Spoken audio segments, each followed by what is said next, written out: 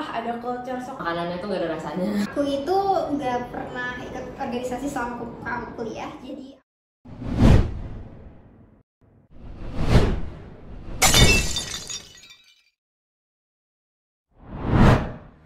Halo TGPers, selamat datang di G-Pod. Bersama kita, gue Zahra, gue Via, yang akan menemani TGPers dalam beberapa waktu ke depan. Nah, kita akan membahas topik yang lagi hangat-hangatnya nih. Pada tahu gak ya? Cluenya adalah yang berhubungan dengan kampus merdeka. Bener banget, yaitu ISMAFO. Pasti dari kalian yang nonton udah tahu dong apa itu ISMA. ISMA ini merupakan program pemerintah yakni pertukaran pelajar ke luar negeri yang diselenggarakan oleh Kemendikbud. Jadi bagi mahasiswa yang menerima beasiswa ISMA ini bisa mendapat kesempatan untuk kuliah di luar negeri loh. Wah, keren banget ya. Nah, pada G-Pod kali ini kita akan sharing-sharing tentang pengalaman ISMAFO Award Day 2023 dan 2024. Kalau gitu langsung aja kita kenalan sama Kak Michelle Emily dari program studi desain grafis yang akan sharing tentang pengalamannya selama berkuliah di United Kingdom. Dan juga ada Kak Rubiatul Adawiyah selaku yang menjadi terpilih ISMA Award Day tahun ini. Stay tune! Halo Kak Michelle. Halo. Perkenalkan, nama aku Michelle Emily, biasa dipanggil Michelle. Sekarang aku ada di desain grafis 8A dan waktu tahun lalu di ISMA aku ambil Arts University Bournemouth dan mempelajari visual communication. Nah, sebelumnya kita mau ngucapin nih congratulations untuk Kak Michelle karena udah keterima dan udah jadi ISMA Award di tahun 2023 lalu. Oke, kita langsung ke pertanyaan aja nih ya Kak. Oke, mungkin dari awal banget ya, itu emang aku dari SMP emang udah punya ketertarikan tinggi dengan bahasa Inggris gitu. Terus aku ngerasa di kuliah ini dengan adanya program ISMA, ya siapa yang gak mau ambil beasiswa gitu ya, beasiswa yang membiayakan kalian studi gitu. Dan ini bukan hanya kuliahnya aja gitu dibiayain, kalian juga dibiayain untuk luar negeri, untuk long experience dan sesuai dengan visinya ISMA, yaitu biar anak-anak ISMA-nya itu bisa mempelajari tentang culture negara-negara lain, mempelajari culture negara yang kalian datangi. Jadi lebih ke cultural exchange-nya aja gitu sih, yang membuat aku tertarik sama ISMA juga. Gitu. Culture shock sesungguhnya banyak, tapi banyak juga ya sesungguhnya emang orang-orang udah cukup tahu juga ya tentang UK. Misalnya kayak makanannya tuh gak ada rasanya. Makanannya tuh banyak yang gak ada rasanya, susah banget. Kalau misalnya kalian emang mau cari makanan yang ada rasanya di sana, cari Asian food, karena udah terjamin gitu ya kalau misalnya Asian food ya. Terus porsi makanannya juga gede-gede banget. Cuacanya selalu mendung, selalu hujan, jarang banget dapat matahari. Terus makin dekat ke winter juga malamnya itu juga makin cepet.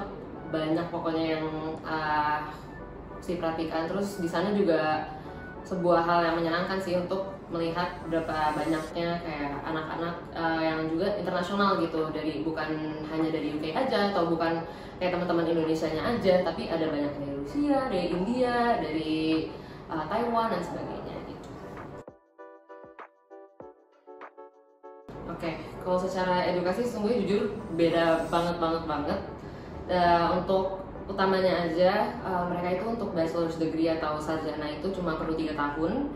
Dan di sana aku ditaruhnya sebagai mahasiswa semester 7 di sini, aku ditaruh di sana sebagai mahasiswa level 5, yaitu tahun kedua di sana. Dan di tahun kedua di sana itu cuma ada satu mata kuliah, hanya satu mata kuliah namanya Visual Communication in Context 2. Dan di sini itu sesungguhnya pelajarannya banyak yang sama dengan desain grafis di sini ya. Itu poin bagusnya menurut aku, yang kayak wah ternyata PNJ juga sama nih dengan yang standar internasional gitu. Dari kalau misalkan teman-teman tahu desain grafis PNJ juga nih, mungkin teman-teman yang nonton, kita belajar dari mind map, mood board gitu-gitu juga dilakuin sama seperti di UK gitu. Dan menurut aku itu poin bagusnya. Kesulitan enggak sih ya, mungkin karena dosen-dosennya juga ngerangkul kita dengan baik, dan di sana tuh dosen-dosennya jauh lebih santai, jauh lebih dekat dan bisa ngobrol tentang keseharian mereka bebas gitu dengan dosen-dosennya gitu sih. Jadi kalau kita mau nanya pun juga nggak ada ketakutan apapun. Oke, mungkin poin yang menurut aku cukup menonjol ya perbedaannya dengan mahasiswa di PNJ ataupun di Indonesia, itu kalau misalkan mereka itu program kerja untuk himpunan mahasiswa mereka dan semuanya itu jauh lebih fokus ke mahasiswa, kesenangan mahasiswa.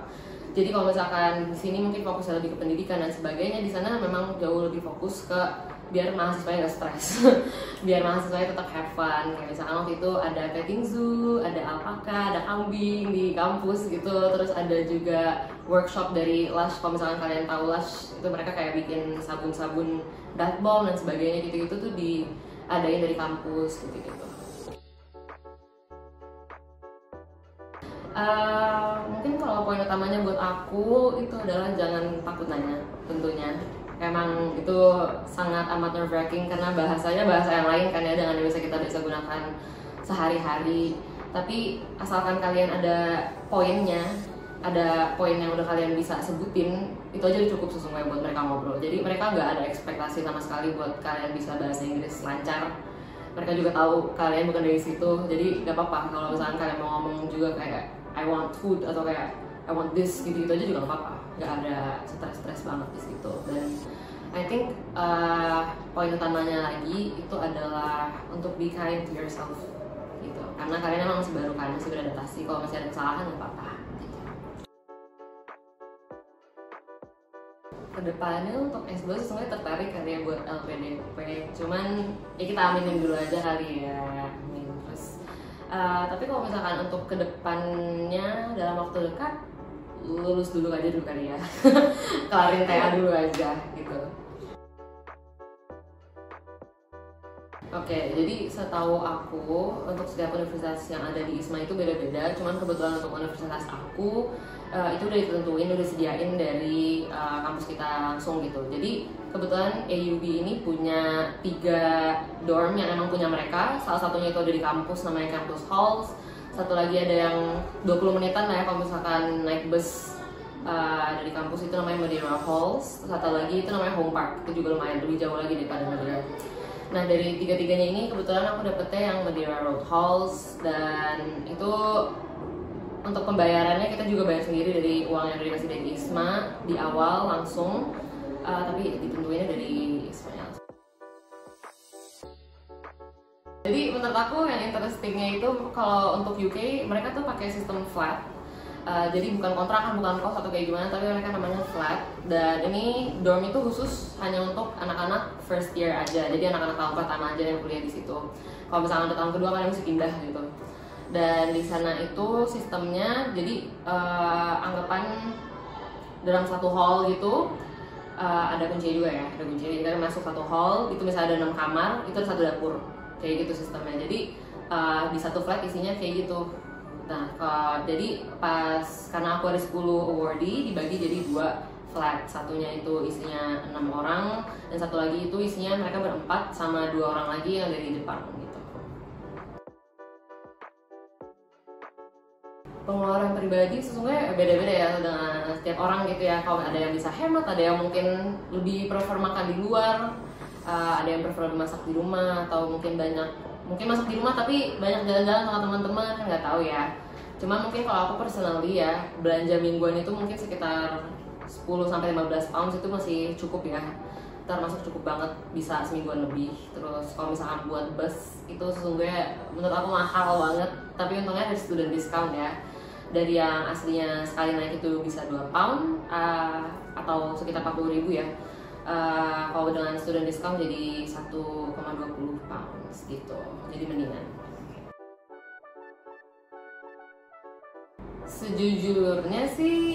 Sejujurnya dari PNJ-nya sendiri itu juga emang udah oke sih ya, dalam yang tadi kayak aku bilang gitu, dalam secara standar internasional tuh PNJ sesungguhnya itu masih termasuk yang bagus gitu, dengan dosen-dosennya juga yang tetap disiplin dan tetap memadai dan masih bisa juga gitu nyambung dengan mahasiswa-mahasiswanya gitu. Menurut aku itu poin bagus dan sangat amat membantu mahasiswanya dalam berprogres gitu dalam pembelajaran mereka gitu. Oke, tempat favorit hangout aku itu ada namanya Churchill Gardens. Itu kayak 20 menit lah naik bus dan jalan kaki dari dorm, dan itu aku suka banget karena itu kayak tempatnya ada park gitu dengan ada playground buat anak-anak, karena di situ dekat sekolah juga. Dan di dalam tengah-tengahnya itu ada yang namanya Joy Cafe, dan di situ termasuk murah banget karena mereka sebuah cafe yang nggak ngambil profit sama sekali. Mereka juga benar-benar jualan dan volunteer aja gitu, karena mereka ingin menyebarkan happiness. Lucu banget gak sih kayak dan dengan datang ke sana tuh juga selalu aja ada hal-hal yang lucu gitu yang terjadi, entah itu aku diajak ngobrol sama anak kecil atau mungkin ada bapak-bapak yang ngajarin aku main ayunan kayak karena aku nggak bisa main ayunan kata dia ya ternyata. Pokoknya ya itu menurut aku itu hal-hal kecil yang bakal stuck di aku terus-terusan gitu sih. Buat mereka join ISMA gitu kali ya? Iya boleh. Boleh Kak, buat motivasi juga. Motivasi ya. Siapa yang nggak mau kuliah di luar negeri bayar? Ya, cuman mungkin banyak dari kalian yang takut mungkin tentang bahasa Inggrisnya, English proficiency testnya. Emang serem sih, apalagi kalian juga mesti bayar juga kan dengan uang kalian sendiri. Tapi karena masih jauh ya, buat yang tahun depan nih, aku saranin dari kalian tuh nabung dari sekarang, siapin belajar, gak harus les. Banyak kok resource yang ada online. Kalian juga bisa aktif di Twitter, aktif di Telegram PNJ juga yang untuk anak-anak ISMA, biar kalian tetap update terus. Kayak gitu aja sih. Semangat. Oke, terima kasih Kak Michelle udah mau sharing dan berbagi tips and triknya untuk kita. Semangat dan sukses selalu untuk kedepannya. Nah, seru banget ya ternyata ISMAFO. Selain banyak benefitnya, pengalamannya juga nggak kalah menarik. Pasti kalian pada penasaran kan gimana sih cara apply ISMAFO? Nah, selanjutnya kita sharing dengan Kak Ruby mengenai bagaimana sih pendaftaran di ISMAFO. Pasti bagi kalian yang ingin mendaftar, penasaran juga kan? Yuk dengerin! Halo Kak Ruby. Hai, nama aku Ruby Adalia. Aku mahasiswa Politeknik Negeri Jakarta, jurusan Teknik Grafik dan Penerbitan dari penerbitan jurnalistik angkatan 2022. Aku alhamdulillahnya keterima di Universitas Hanyang University di Korea. Kita mau ngucapin selamat nih karena Kak Ruby ini menjadi awardee ISMA tahun 2024. Oke, ini pertanyaannya basic banget.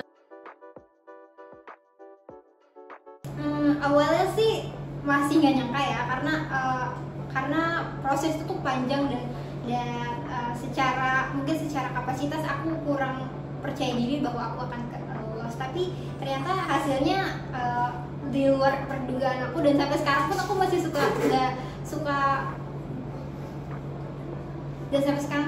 masih suka berpikir kalau ini tuh kayak mimpi gitu, tapi alhamdulillahnya aku bisa mewujudkan mimpi aku melalui ISMA ini.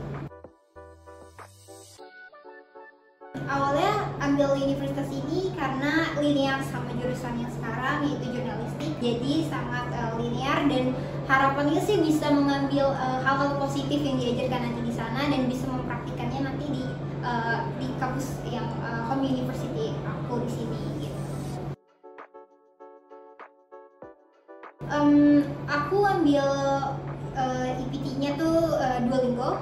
Jadi tes Duolingo ini cukup walaupun terdengar kayak biasa aja, nggak susah kayak IELTS atau TOEFL, tapi sebenarnya Duolingo ini sangat tricky dan cukup sulit juga. Walaupun harganya juga murah dari IELTS dan TOEFL, tapi dia tuh punya tingkat kesulitan yang hampir sama IELTS dan TOEFL. Bedanya dia tidak melalui sesi. Kalau IELTS atau TOEFL kan ada sesinya.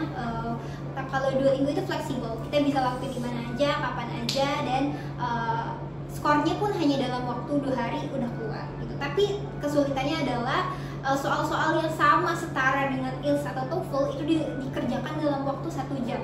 Jadi kita tuh kayak harus bisa bagaimana cara manajemen waktunya juga, bagaimana cara kita menstruktur cara kita menjawab itu lewat Duolingo sangat dilatih. Dan memang karena aku juga susah, jadi aku tes Duolingo 2 kali. Jadi yang pertama itu aku gagal karena gagalnya skornya di bawah requirement dari kampusnya, dan yang kedua baru akhirnya lolos, jadi aku pakai skor aku yang kedua. Range-nya tuh hampir sekitar 1 juta, jadi kalau 2 kali ya.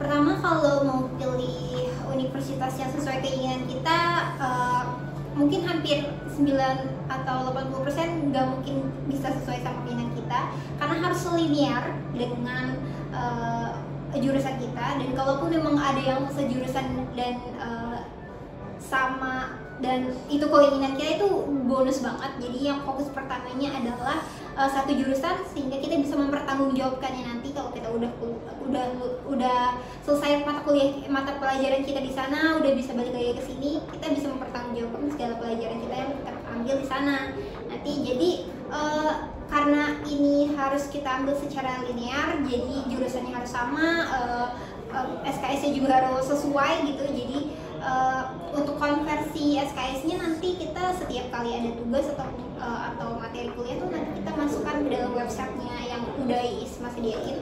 Nanti di sana langsung bisa dikonversi langsung ke kuliah kita di Indonesia-nya gitu. Aku sih sampai sekarang baru sampai paspor aja ya, belum bisa sama medical check up-nya belum. Jadi mungkin udah hampir 5 juta ya untuk saat ini, karena aku visanya juga harus ambil yang percepatan dan harus minta karena visa karena paspor aku nggak bisa dibuat secara manual melalui paspor, jadi aku harus melalui percepatan di kantornya, jadi aku harus bayar ekstra untuk paspor. BTW aku itu nggak pernah ikut organisasi selama aku kuliah, jadi aku cuma ikut volunteer. Dan volunteer ini adalah satu-satunya organisasi yang bisa aku jadikan ini kayak top main aku banget untuk aku explore lebih jauh di essay aku. Jadi essay aku isinya adalah pengalaman industri, karena aku adalah anak lulusan kejuruan juga waktu SMK-nya. Jadi aku nambahin pengalaman industri, terus ada volunteer itu, terus dan karena aku merasa nilai bahasa Inggris aku dari IPT itu tidak terlalu tinggi, jadi aku memaksimalkannya banget di essay. Aku melakukan beberapa kali, mungkin hampir 5 atau sampai 10 kali proofread dari alumni yang wardi yang lalu gitu. Jadi aku memaksimalkannya di essay. Kayak seperti yang kita tahu aja sih, culture Korea kan udah Korean Wave-nya tuh udah menyebar ke seluruh dunia kan. Jadi persiapannya adalah mungkin bahasa. Jadi aku harus lebih belajar. Sekarang ini harus mulai belajar bahasa Koreanya, dan mungkin persiapan karena culture belajarnya beda ya. Karena Korea tuh terkenal sama ketat banget cara belajarnya. Jadi mungkin aku harus mempersiapkan diri dan belajarnya itu lebih ekstra lagi, karena di Korea kan juga kayaknya semua orang tuh pengen pintar gitu, dan aku juga akan berusaha untuk memaksimalkan kemampuan aku nanti di Korea. Dan mungkin sama nanti perbedaan cuaca dan waktu sih, mungkin akan ada culture shock di sana. Kalau dari ISMA sendiri, karena aku full funded, jadi aku semua dibiayain sama ISMA. Jadi nanti akan ada reimbursement untuk kayak pengeluaran aku sebelum keberangkatan nanti. Jadi aku nggak perlu mengeluarkan duit sama sekali, kecuali memang modal di awal kayak untuk paspor, untuk tes Duolingo atau tes bahasa Inggrisnya. Dan memang karena sudah dibiayai, jadi estimasinya aku kurang tahu, tapi mungkin karena kita juga udah disediain dorm, jadi kita nggak perlu bayar sewa dorm atau bayar sewa kos, atau kita juga nggak perlu biaya transport, semuanya udah disediain sama pihak ISMA-nya. Jadi kita cukup punya semangat untuk belajar aja. Mungkin persiapan sebelum keberangkatan, kayak sebelum tes atau sebelum kita awal-awal tes dokumentasi nih, perlu banget aku ingetin bahwa paspor itu sangat penting. Jadi kalau belum punya paspor sebelum awal keberangkatan atau pas awal daftar ISMA tuh kita harus udah pasti kita punya paspor dulu, karena kalau udah keterima dan lolos interview misalkan gitu ya, kita nggak punya waktu sama sekali untuk mempersiapkan paspor, yang kalau kita daftar itu jangka waktunya panjang banget untuk sampai kita ke interview paspor ya. Jadi itu kita perlu banget mengingat bahwa paspor itu penting banget. Terus dan tes bahasa Inggrisnya harus dipersiapin, sama esainya perlu banyak kita kenal banget sama alumni ISMA tahun lalu gitu. Kita punya banyak channel untuk bisa melengkapi esai-esai kita yang mungkin ada banyak salahnya gitu. Jadi kita meminimalisir kesalahan melalui esai kalau misalkan kita nggak yakin sama bahasa Inggris kita gitu. Dan percaya aja, kalaupun emang kita nggak punya pengalaman industri atau pengalaman organisasi, tapi ada hal-hal yang bisa kita immerse atau kita elaborate lebih banyak gitu di esai gitu. Menurut aku pertama adalah niat atau tujuan kamu dulu. Pertama kita harus fokusin dulu niat kita bahwa kita tuh ke luar negeri memang ingin belajar, karena kita benar-benar akan mengalami culture shock, perbedaan cara pandang kita, cara belajar kita nanti di luar negeri. Kalau kita cuma berpikir hanya akan menikmati atau secara kutip kita cuma jalan-jalan aja, kita nggak akan dapat ilmu yang sebenarnya dari melalui program ISMA ini. Jadi perlu banget difokusin lagi niatnya, perlu lagi dipertimbangkan, karena banyak hal yang nanti akan kita korbankan juga kalau kita memang benar menjadi awardee ISMA. Jadi nggak perlu takut sama segala konsekuensinya. Kita tuh akan belajar juga di sana, kita akan dapat banyak teman, kita akan dapat banyak channel, banyak lintas negara, internasional, kita punya channel itu. Jadi jangan takut dan terus aja berjuang, karena apapun yang kalian punya saat ini atau kalian merasa kamu gak punya background ekonomi yang cukup, percayalah ISMA ini adalah salah satunya jalan untuk kamu. Melalui ISMA ini kamu bisa melihat dunia lebih jauh, karena ini beneran gratis dari pemerintah. Jadi kamu cukup fokusin niat, dan yang penting pertama adalah belajar di luar negeri, untuk belajar bukan untuk berwisata atau main-main aja. Oke, terima kasih Kak Ruby atas waktunya. Semoga sukses dan lancar kuliahnya nanti di Korea. Bye-bye. Nah, aku rasa udah cukup nih sharing persiapan ISMA Award di tahun ini bersama Kak Ruby. Sebelumnya, aku ingin ucapkan terima kasih kepada Kak Ruby karena telah menyempatkan waktunya untuk sharing dengan kita di G-Pods kali ini. Nah, selamat kepada Kak Ruby, semoga diperlancar dan dipermudahkan segala berkas untuk ke Koreanya. Nah, gimana nih T-Gapers? Usai sudah G-Pods kali ini, next bakal ada G-Pods yang selanjutnya yang tentunya bakal lebih bermanfaat banget nih. Makanya jangan lupa untuk like, comment, dan subscribe di YouTube HMGP PNJ. Nah, semoga perbincangan kita pada episode kali ini membawa manfaat bagi kalian semua ya. Gue Zahra, Gue Via, pamit undur diri. Terima kasih karena telah menonton episode G-Pods pada kali ini. Selamat jumpa di G-Pods selanjutnya. See you!